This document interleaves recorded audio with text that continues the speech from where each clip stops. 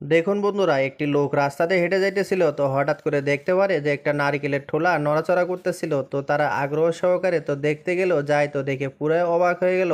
তো নারকেলের ঠোলাটা উঠানোর সাথে সাথে দেখে ভিতরে দুটো ব্যাঙ বসেছিল।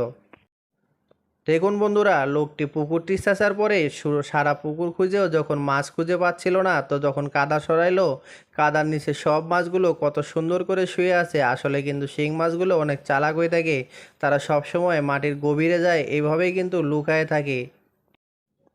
ভিডিওটি একটু মনোযোগ সহকারে দেখুন। এই যে পিলারের উপরে কি যেন একটা নড়াচড়া করতেছে। আমি কিন্তু ভিডিওটি ৩-৪ বার দেখার পরে ভাবলাম আপনাদের সাথে একটু শেয়ার করি।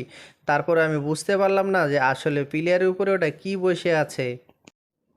ওই যে কথায় আছে না যে মশা মারতে কামান লাগাইছে, তো সেরকম এদের অবস্থা হয়েছে। দেখুন বন্ধুরা, ছোট্ট একটা সেলাই মেশিন চালানোর জন্য তারা কত বড় একটা মেশিন ব্যবহার করতেছে।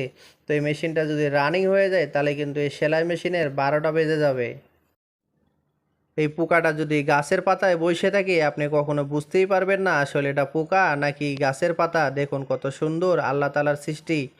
আসলে দেখলে বোঝার উপায় নাই যে আসলে এটা পোকা না পাতা। এটা যদি পাতার উপরে বসে থাকে, একদম পাতার মতোই কিন্তু দেখা যায়। এই জন্যই অনেকে বলে যে বুদ্ধি খাটায় কাজ করলে 10 জনের কাম একজনেই করা যায়। দেখুন কি বুদ্ধি খাটাইছে, দুই সাইডে দুটো বাঁশ দিয়ে মাঝখানে একটা ঝাঁকা রেখে মাটি কাটে তার উপরে রাখলো। এখন ঝাঁকাটা যখন ভরে গেল, সে মাথার মধ্যে কিন্তু উঠাই নিল, আর একটা লোকের কিন্তু কোনো প্রয়োজন হইল না।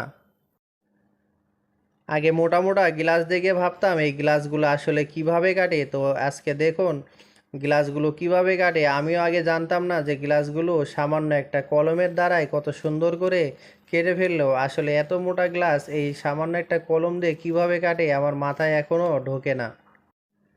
একটি লোক নদীতে মাছ ধরতে গেছিল, তো যায় সে যখন ডালপালা পরিষ্কার করতেছিল, হঠাৎ করে একটা মাছ তার ঘাড়ে এসে পড়ে। সে অনেক চেষ্টা করার পরেও মাছটি কিন্তু ধরতে পারলো না। তো এই জন্য বলে কপালে না থাকলে সেটা কখনোই পাওয়া যায় না। জীবনেতে কত ধরনের ছাগল দেখছেন, কিন্তু এরকম ছাগল কি আপনি আগে দেখছেন? দেখছেন কত সুন্দর একটা ছাগল, একবারে মানুষের মতো দেখা যাইতেছে, উঁচা লম্বা কিন্তু একটা মানুষের চাই কিন্তু কম না। দেখুন বন্ধুরা, কি অদ্ভুত একটা কাণ্ড। রাস্তার সাইডে যে ড্রেন থাকে, সেই ড্রেনের ভিতরে কতগুলো মাগুর মাছ। এই মাগুর মাছগুলো আসলে ড্রেনের ভিতরে আসলো কোথা থেকে? তো যখনই লোকজন যাতায়াত করে তাদেরকে দেখলেই মাছগুলো বাইরে আসে আর লোকগুলো থেকে খাইতে দেয়। দেখছেন কত সুন্দর করে মাছগুলো কিন্তু খাবার খাইতেছে। দেখুন বন্ধুরা, ভাগ্য কাকে বলে। এই লোকটা একটি জাল ফেলাইছিল, তো বিশাল বড় এক সাইজের মাছ ধরছে, কিন্তু দুঃখের বিষয় সে একলা মাছটি তুলতেও পারতেছিল না। মাছটি কত বিশাল বড় ছিল, সে একটা লোহা দিয়ে আঘাত করতেছে, তারপরে কিন্তু মাছটাকে সে মারতে পারতেছে না। আসলে এই মাছটা কিন্তু অনেক বড় ছিল। লোকটির ভাগ্য ভালো ছিল বিধায় এত বড় মাছ কিন্তু পাইছে। আমি কিন্তু জীবনেও এত বড় মাছ আমি দেখি নাই। আমাদের দেশে সাধারণত আতা ফল হয়ে থাকে সবুজ আর ভিতরে হয়ে থাকে সাদা, কিন্তু বাইরের রাষ্ট্রে দেখুন কত সুন্দর একটি আতা ফল। বাইরে একদম গোলাপি কালার, তো ভিতরে ভাঙার পরে কিন্তু আর দারুণ দেখা যাইতেছে। ভিতরে একদম গোলাপি, কোনো সাদা চিহ্নও নাই। তো এটা আসলে কোন জাতের আতা ফল জীবনের প্রথম দেখলাম। যদি আপনি দেখে থাকেন তো অবশ্যই কমেন্ট করে জানাবেন। আমাদের দেশে সাধারণত ছোট ছোট মাছ বড়শিতে ধরা হয়, কিন্তু বাইরের রাষ্ট্রগুলো অনেক বড় বড় মাছ বড়শিতে ধরে।